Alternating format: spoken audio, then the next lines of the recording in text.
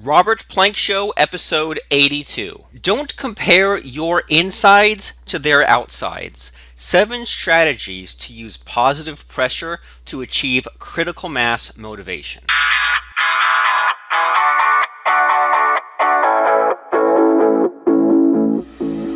Welcome back to the Robert Plank Show. We talk about making money on this program. We talk about making membership sites. We talk about running webinars. We talk about a lot of technical, computer, internet marketing stuff. But even if you tuned in today just for the motivation part, I think this will apply either way.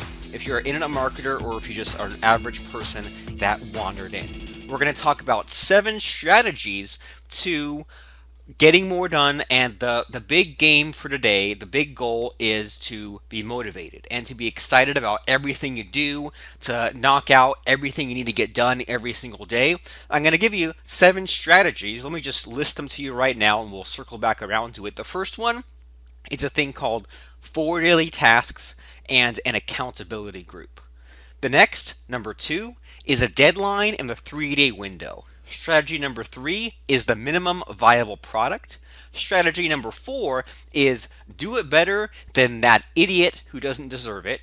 It'll make sense once you get there. Strategy number 5, what's in it for me? Strategy 6, teach your notes, criteria, checklists, and templates. And then strategy number 7, the keynote topic for today is don't compare your insides to their outsides. This tip comes to us from my business partner, Mr. Lance Tomashiro. His site is lancetomashiro.com. Now, good luck spelling it. I'm going to link to it at robertplank.com/081 because he's a half Japanese guy. Last name is tough to spell. Now, the quote of the week this week is that even the sharpest of knives cannot cut if held the wrong way. An author named Rachel Wolchin said that even the sharpest of knives cannot cut if held the wrong way. The catchphrase of the week is don't hit the baseball, hit through the baseball. This came to mind because we're currently teaching a class that has a Facebook group, right? And maybe you've seen products or courses like this that you can buy. You buy a course, there's a members area, there are videos, maybe written stuff, and then a link to Facebook where anyone can answer or ask questions. And it's kind of a double-edged sword because people come to learn a specific skill. In this case, it is how to deliver services on a site called Fiverr.com.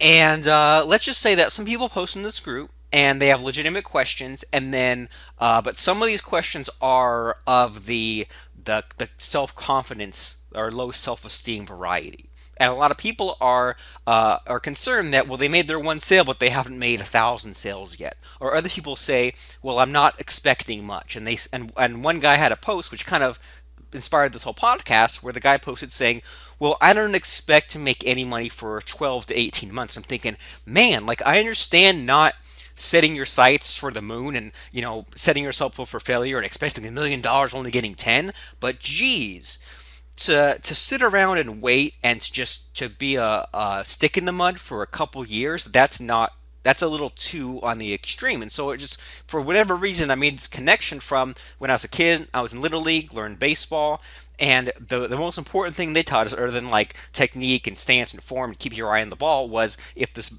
ball is coming at you and you swing the bat, don't just swing the bat and then stop at the ball. Like, make the whole follow through, make the whole motion and hit through the ball. Now, why is that? Because if you're holding a bat, right, and maybe you can picture yourself like holding a baseball bat like behind your shoulder, and if you move the bat until you're right in front of yourself when you stomp, what's going to happen? You're going to have to slow the speed at which you swing this bat until you come to a dead stop once you hit the ball, and it's barely going to tap it. But if you swing and you even increase your speed as you hit the ball, then it'll go a lot further, and it's just a way better technique.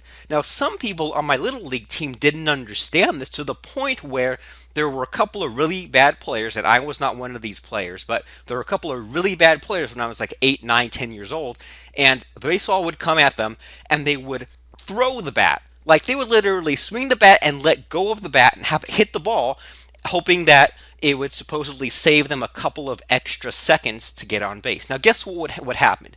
If you ever tried to throw a baseball bat at a baseball, it misses every dang time, or on the off chance it like barely nicks the ball, it's not going to make a difference. So guess how well that worked out? Well, these people always struck out because they just couldn't follow the simple technique. They had to get crazy, and they were so concerned about saving time getting on base. But the problem is, if you never even hit the ball, then you don't even have to worry about getting on base. And there's some kind of lesson in there if you're in internet marketing or in life in general that a lot of people are worried about the problems they're going to have 10 months from now or 10 steps from now, and they're not even thinking about the problems that they have this week. So the thought of the week that transitions perfectly into that you need to have enough judgment to know when to be the drone employee and follow the steps exactly, and when to be the creative CEO where you remove steps or you experiment. My thinking of this is if I'm cooking something new for the first time, what am I going to do? I'm going to follow the recipe exactly, and then later on, if I repeat that, I can change things up. But the very first time out, I am not going to mess with it at all. Now, why is that? Because if I don't know what I'm doing, I'm cooking some new recipe. If I add or remove things, or I think I have better judgment and it comes out like crap, then I don't know if I'm the one to blame. Now, if I follow the recipe exactly, and then the cake or the lasagna or whatever I'm cooking doesn't come out the way I wanted, then I can blame the recipe. And then I can say, well, it has too much of that, needs more of that. So in terms of your online business, well, if I tell you that what you have to do is take these steps to set up a fan page for Facebook, take these steps to set up an email autoresponder page and a sequence, which we can show you how to do at incomemachine.com, or whatever it is you're currently tackling in your life. There are times when you need to not even think and just follow the steps, and then there are other times when maybe the steps worked before, but now you need to scale or grow or whatever, or you made your first couple sales, whether it's on Fiverr or setting up your own business or something else in your life, and you need to repeat or make it easier or do it faster or do it in bigger terms. Then you need to experiment, but it's really important to know when to do which.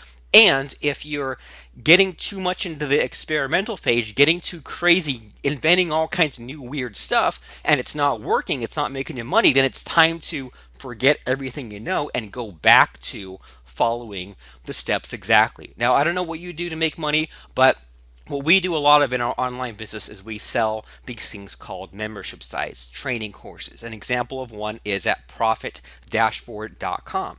And what we do is first we say, here's the goal that we've accomplished, right? And we say, here's how we've made X number of dollars selling on Fiverr. Here's how we run a webinar. Here's how we publish a book.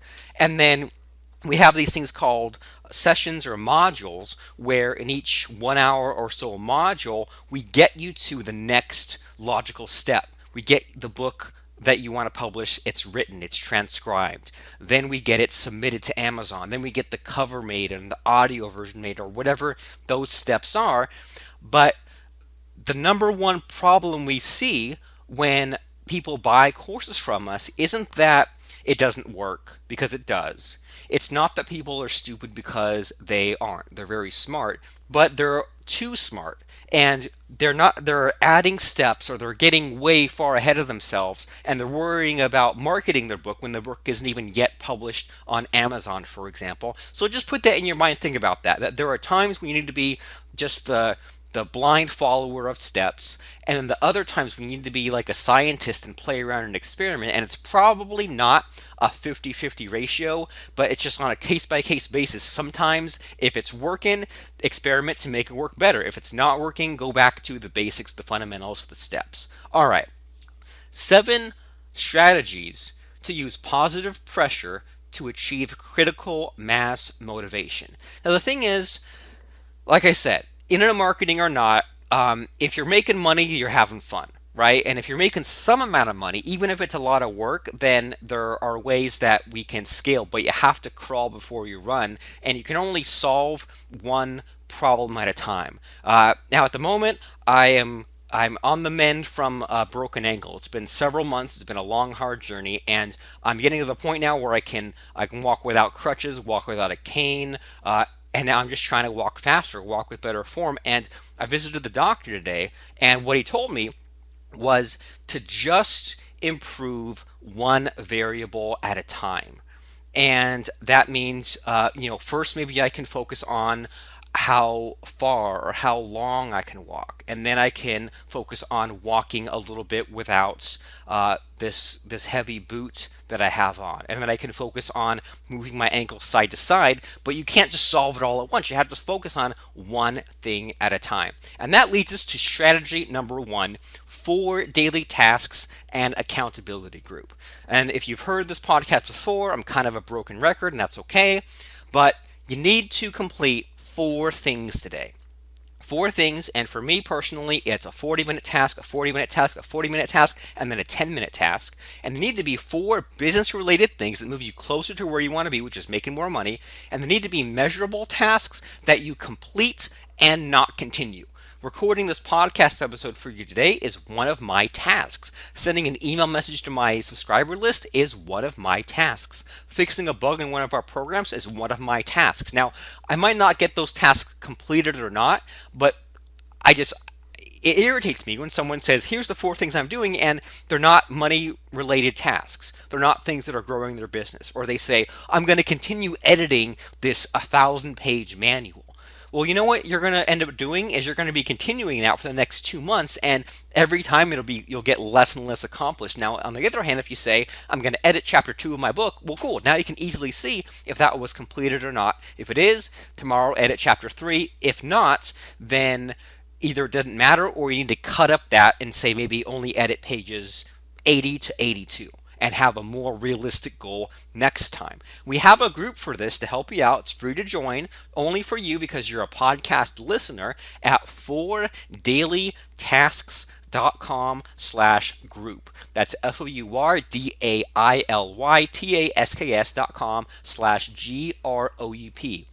It's a Facebook group, and literally all you can do is post the four things you're going to complete today, and you can abbreviate them. That way you don't even have to spy on what you're doing, but you yourself will be able to look at this and know, okay, DPD task, whatever that stands for, I can tell if I finished that or not. If you try to post anything else in the group, we'll kick you out, and sometimes we'll call you out, and during a 1 or 2 week period, we'll mention your name. And if you don't post any of your four tasks, then you will be kicked out. That sounds scary, but if you think about it, the only point of this Facebook group is to post your four tasks. So if you're not posting them, I don't want you in there. No hard feelings, but that's the only purpose of that group. All right, 4 daily tasks, complete 4 business-related measurable tasks, don't continue. This leads us to strategy number 2, the deadline and the 3-day window. Now, you're going to have your tasks every day, and like I said, if you think that you complete 20 small tasks per day, then you need to round them up into manageable chunks. It's way easier because you can even store it in your head and think about the 4 things you have to do. Now, can you store 20 things in your head? I doubt it. But you have 4 things that you're doing, and it really helps if you're not always putting out fires. It helps if you have something that you're like a bigger project that you're going to complete this week. And so in my business personally, that is usually that I'm promoting an existing course or product we have. For example, membershipcube.com is our course all about how to set up your own membership site. Now, on some weeks, we might be launching a brand new course. So we just launched Profit Dashboard a few weeks ago. We launched our website remote service a few months ago as we're recording this. So we do have things coming out, but it helps if there is a theme to the week, if there is something ongoing during the week, and when the week is done, that project is finished. The course is done, it's launched, you made your sales, you can make sales later on, but your end of it is done. And one of these weird things that we observed, and it might seem pessimistic, almost as pessimistic as 4 daily tasks, but we noticed that there's a 3-day window of motivation and productivity. And that means that if you have an idea, you get excited about something on Monday morning, well, then you're going to have to do everything that you possibly can within the next 3 days. So that would be by Thursday morning, because if you're excited about it on Monday, by Thursday, you're already going to get tired of it. And that's okay, because that means that you might have an idea for a new course or product on Monday morning, and then you plan on your calendar and set a schedule for maybe on Wednesday you're going to be doing a webinar to your list, your email subscribers, your Facebook audience, whatever. And then that means that on Wednesday and Wednesday and Tuesday, or Monday, Tuesday, Wednesday, I should say, you are sending your subscribers to sign up for this thing called a webinar. On the webinar, teach them stuff, promote your course, open it up, and then on Wednesday night, Thursday morning, maybe even set on a timer, an email message for Friday, you are promoting the recording of that webinar, and you are sending people to go and buy a product from you. Once again, if you are in internet marketing selling digital products. So this also works for you if you work at a day job because, well, you know how on a Monday, especially at a day job, even if it's like a busy day, it's hard to really get back into the week. And on Friday, even Thursday, most of your coworkers are kind of checked out. So this 3 day window, it definitely applies. And kind of the same way that you really only complete 4 things a day, you just don't realize it. Your brain plays tricks on you. And if you've ever put in an overnighter, like maybe in school or in college, or you've ever sat at the computer for 12 hours or longer at a time, you think you're getting 12 hours of stuff done. You're probably getting an hour or two worth done. And in retrospect, it always makes more sense to put in your 1 or 2 hours, hop off the computer, clear your brain, come back refreshed, and to just kill yourself for 12 hours. In the same way, after 3 days, you're going to get tired or bored, and it's helpful to know that going in. And so sometimes we will have like a multi-week project, like we'll promote something for 3 weeks at a time, and you might be thinking, well, that's a 3 week window, not 3 day window. Well, no, it's not, because every week we'll kind of have to get renewed. We'll start again on Monday, get some stuff scheduled for Tuesday, Wednesday, Thursday, kind of take the weekend off again. And so what helps me a lot is to get as much done as possible within those 3 days, even if that means that things play out outside of the window.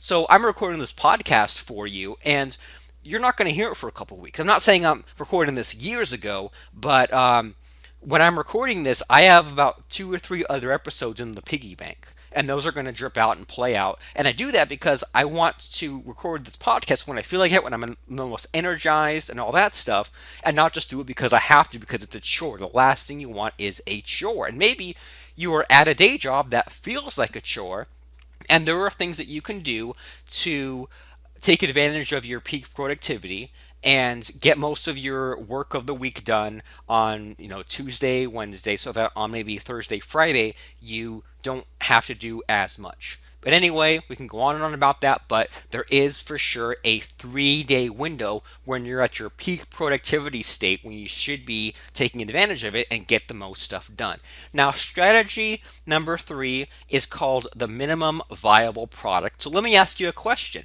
What would you do if you had to stop today? Whatever you're doing, whatever book you're writing, or whatever project you're on, what if you had to stop today? And sometimes this happens, right? Like day job, you might have to call in sick, might have a family emergency. Home-based business, you might have to take the kid to the hospital. Toilet might back up. A computer might not start. Car might not start. Whatever. But there is a small chance that if you had the worst luck today, you might be out of commission for a couple of days. You might have a really bad flu or something.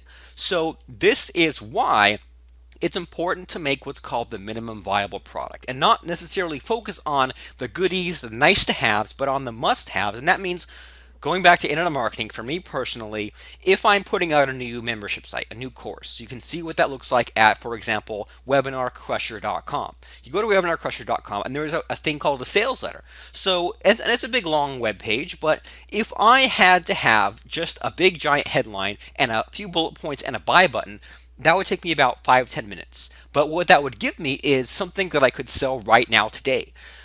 And if you're creating a book, editing a book, and you say it's got to be 300 pages, well, what if it was just 30 pages for now? What if you just put it out, submitted it to Amazon, which is free, to the Kindle store, and that was the first edition of your book, and as you added different chapters, you can just go ahead and re-upload it. The same applies for If you are creating web pages, creating products, you can always put out version 1.0 first and make it better as we go along.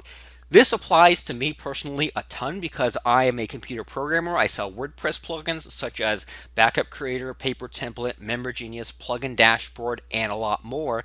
And what we like to do is create version 1.0, and I'm sure we can think of all kinds of cool extra features, but we just want to put out the ones that will get us by now so that we have something that's basic but it's functioning, it's completed, and then we can go back and add to it later. The very first version of Microsoft Windows, the first version of Microsoft Word, the first iPhone, the first iPad, the first version of Google, whatever, was super duper bare bones because it's better to have something that's imperfect and real than something that's perfect and doesn't exist. At least that's my own personal opinion. So you need to have absolute focus on one goal and on milestones, not necessarily on perfection or absolute completion of everything. And you want to use early profits or early successes as motivation to keep going and avoid fake it till you make it. And once again, this still applies if you're at your day job because whenever I had a project that came down from my bosses, I would rush as fast as possible if they said, well, it's gotta have this button and these checkboxes and this functionality. I would rush as soon as possible to give them either like a mock-up or a basic working version, and it didn't have to be pretty, but it was way more helpful for everyone involved if they said, here are the requirements, here's what it needs to do, and if I came back and I said, okay, well, it doesn't look pretty, but it does what you said. And so this way they can change things and tweak things, but at least then we would be on the same page. And it's way better, at least for me, the way I think, if someone says, we need a software product that does this, and I come back a week or two later or 3 days later, in keeping with what we're saying, and I say, here's the first attempt. Here's the first iteration of that. That's way less scary for me than to go into a cave for 6 months and come back out and I did 6 months of work and they said this all sucks. It's better if there's just that little bit of incremental feedback, if that makes sense. And we want to avoid fake it till you make it in any kind of scenario. Fake it till you make it in internet marketing, home-based business means that you claim you make all these sales, all this money when you don't. You're just kind of biding your time. And fake it till you make it, well, I mean, that's what a day job's all about, right? Oh, that project that's due in a couple of weeks. Oh, sure, it's just fine, nothing to worry about. Well, no, I don't want to be super communicative, but I want to show that it's coming along as opposed to just hiding a problem, if that makes sense. Minimum viable product version 1.0. Strategy number 4 is to do it better than that idiot who doesn't deserve it. And so I'm trying to think about how to relate this for everyone, but I mean, let me just start with internet marketing.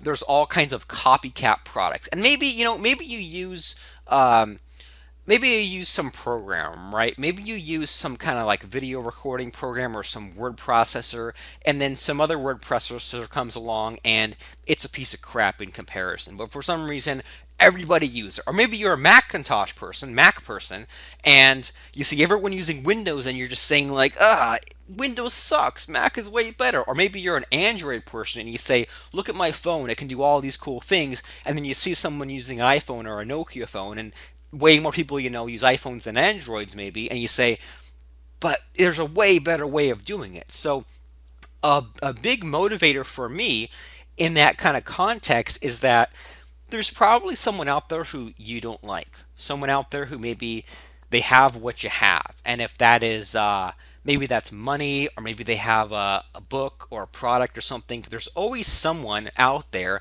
who has already done it, but they've done it super shitty, pardon my language, super crappy. And that is a common enemy that you and I have. And so, like, I sell a backup plugin, and there are all kinds of just crappy backup plugins out there that they don't work, or they're hard to use, or whatever reason. You don't have to. You don't even have to let anyone know that you don't like these competitors, but you can take something that's proven but you disagree with it, or someone missed the mark, and instead of just criticizing someone else, you get even. You build a better mousetrap, and in my case, build a better backup plugin, build a better WordPress landing page plugin, build a better membership plugin, so that way you're part of the solution, not part of the problem. So far, to recap, strategy number one is 4 daily tasks and accountability group. Strategy number two, deadline and 3-day window. Strategy number three, minimum viable product. Strategy number four, do it better than that idiot who doesn't deserve it. And let me unpack the final few strategies. Number five is going to be what's in it for me. Number six is teach your notes. And number seven is don't compare. Strategy number five, what's in it for me? All right, internet marketing. What we do is we build up somewhat of an email list, right? We have people who can sign up to our email subscriber list, and that's where most of our traffic, most of our money, most of our sales come from. And if you think about it, Facebook, Amazon, eBay, they all send you all kinds of email messages all the time. And so in internet marketing kind of context, whenever I'm trying to sell something, right, I'm trying to get people to either pay me money for a piece of software or buy a course to solve a problem, or maybe even register for a free webinar training session, you want to think about what's in it for them. Because if you say that you're so great and you say that you've got all this fame, made all this money, all these sales, maybe you'll get a little bit of a following from people who want to be like you or who want to copy what you've done. But what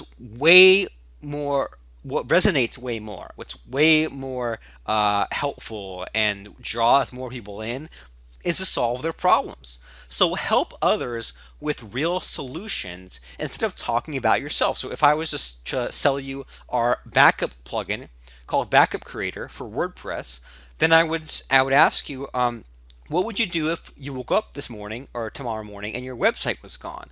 Or haven't you ever had something go wrong with your website and you wish you could just have a time machine and go back a couple of days?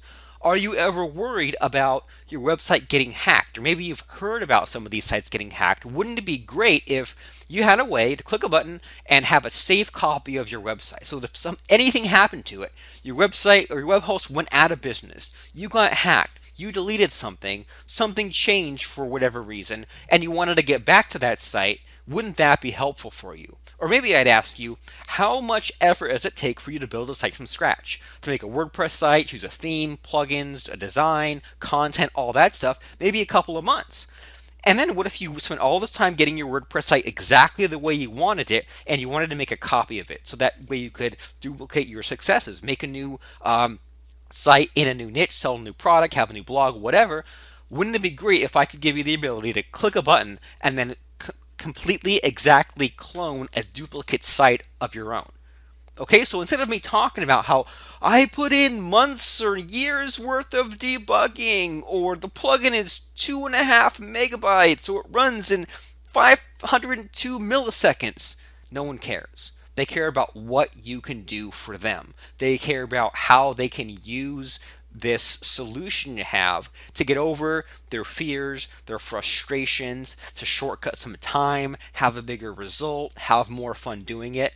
So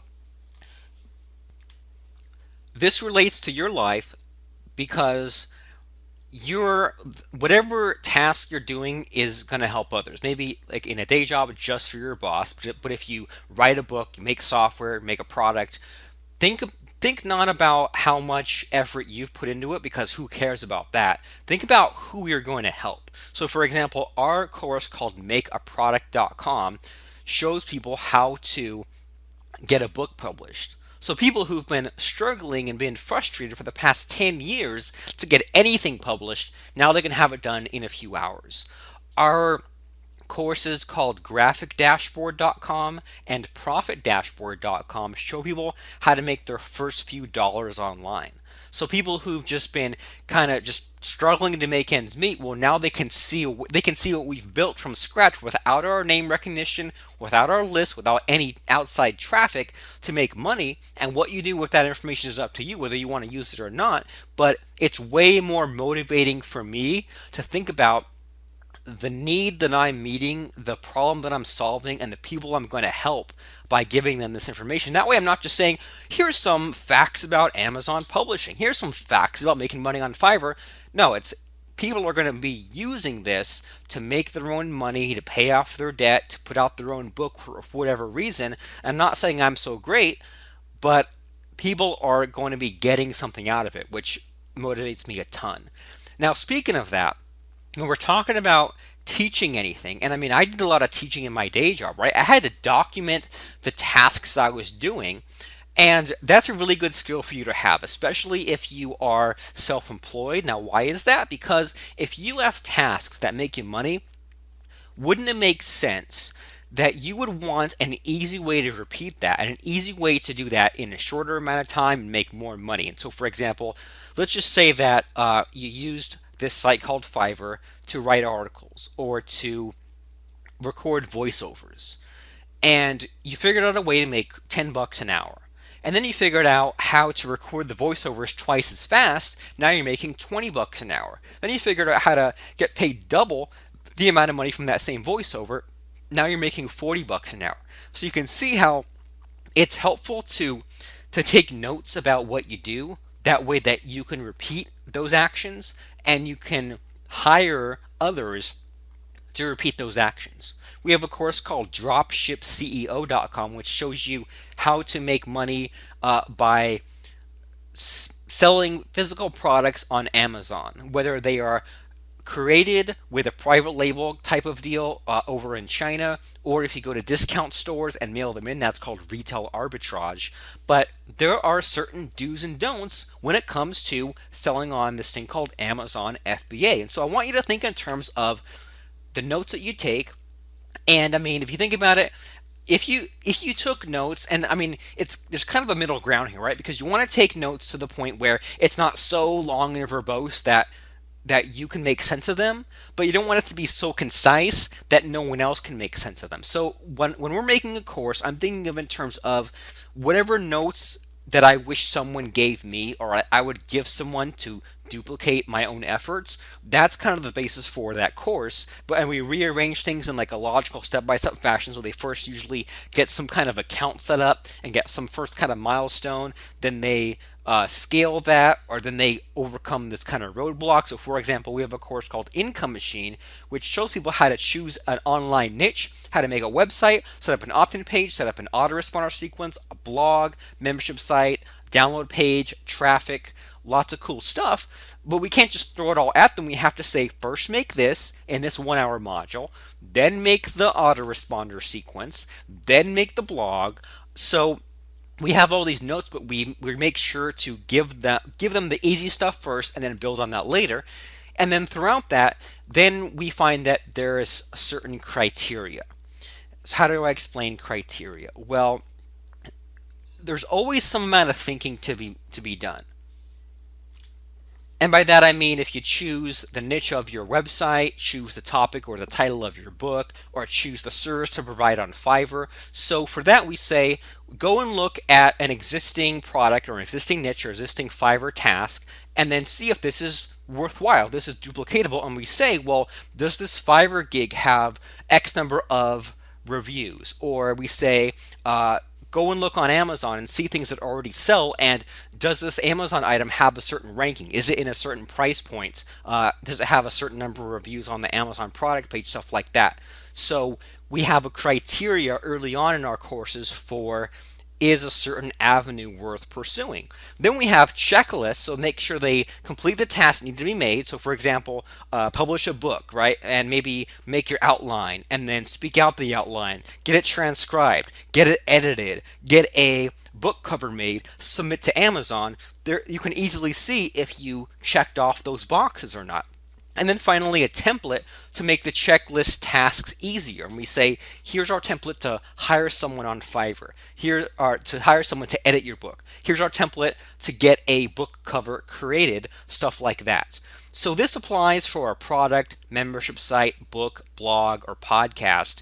And in terms of if you're trying to pump up your productivity at work at a day job, Think in terms of notes, criteria, checklists, and templates so that you are a more efficient person. And that way you don't miss steps. That way, if you repeat things that you get paid for, you just go down the checklist. And I mean, you don't have to share it with anyone, so that because that way you're replaceable. But maybe you are also an employer and you hire someone and they're kind of an indispensable part of your business. We'll have them document our checklist, the things that they do. That way, if you had to replace them, you could. If they died, your business doesn't die with them. Or if they got bored with their task and you wanted to hire a new person to take over their responsibilities, you could just pass it along.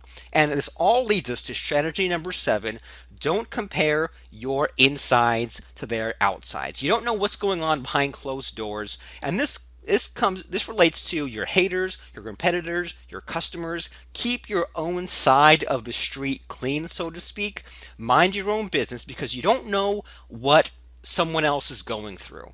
And the average person, let's just say they like to make themselves look better. The average person is kind of insecure, and that's just a fact of life. And I mean, with internet marketers, we see a lot of people saying, well, I just had $100,000 month. But when you actually break it down, they had a $5,000 month because they did a big launch, had to pay for advertising, had to pay for refunds, had to pay affiliates, and they still had an okay payday.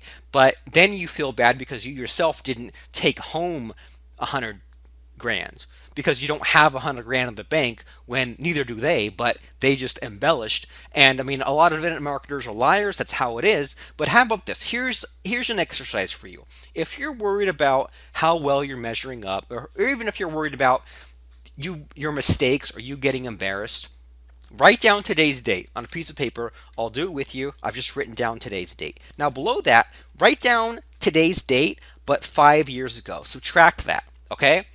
And then try to think about anyone you know who really embarrassed themselves on that exact date.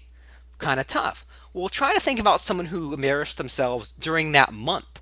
Still tough. Cross out the month and try to think about that year, whatever year was 5 years ago. Try to think about somebody who embarrassed themselves or who made a huge mistake. You're going to really have a tough time. So the lesson here is that if you're struggling to think of any person you know that made any kind of embarrassing mistake 5 years ago, people aren't going to remember the mistakes or embarrassing things that you did. And as we're winding down today's call, I have a bonus for you. Think about the benefits of what you're building towards instead of the difficulties. So it's really easy to shoot yourself in the foot or put one foot on the brake or whatever metaphor you want to use. And a better solution is to keep your eye on the prize. Because, I mean, if you think about even, okay, let's just say Fiverr voiceovers. You're afraid to put out your voice on a site called Fiverr.com. Well, what if I were to pay you $1 million to record a 2-minute voiceover? Well, you'd do it. You'd overcome whatever reservations you had. What about 100,000? You'd still do it. What about 10,000? You'd still do it. What about $1,000? Sure, you'd still do it. Now, maybe if we get down to $100, $50, or $20, or $10, maybe you'd change your mind, but there is a price. And if you get your business scaled to the point, get through the growing pains, all that stuff, there is a point where the benefits outweigh the growing pains, frustrations, embarrassments, difficulties, mistakes. And I'd rather that you think about or imagine whatever new car you're going to buy with 10 grand instead of worrying about your hourly rate. Because I mean, the first year that you're in business, you might make below the poverty line. You might make $10,000, and then you'll say, "Well, I only made $5 an hour." Well, you made 10 grand that you didn't have before. Or if someone says, "I had a $500 month," I don't say, look forward to more $500 months. I say just you making any amount of money online is far ahead of everyone else who isn't trying or already gave up or already decided that it isn't even worth doing or already decided that it's all a scam, they're all a bunch of liars, which is a bunch of crap, as hopefully you know. So don't compare your insides to their outsides. Use these 7 strategies for positive pressure and achieve critical mass motivation. 4 daily tasks, 3-day window, minimum viable product, do it better than the idiot that doesn't deserve it. Think about what's in it for me and who you're going to help. Teach your notes, criteria, checklists, and templates, and don't compare your insides to their outsides. And as a bonus, think about the benefits instead of the difficulties. All right, that's all from me. Get back to it. Check us out at robertplank.com/081. When you're there, you can see a link to subscribe to our podcast on iTunes. Click that link, pretty please. Subscribe, rate, and review us, and listen to future episodes of the Robert Plank Show. We talk about productivity, motivation, and internet marketing and making money. So there's something in it for everybody. Go ahead, subscribe, and rate, and we'll see you on the very next episode of the Robert Plank Show.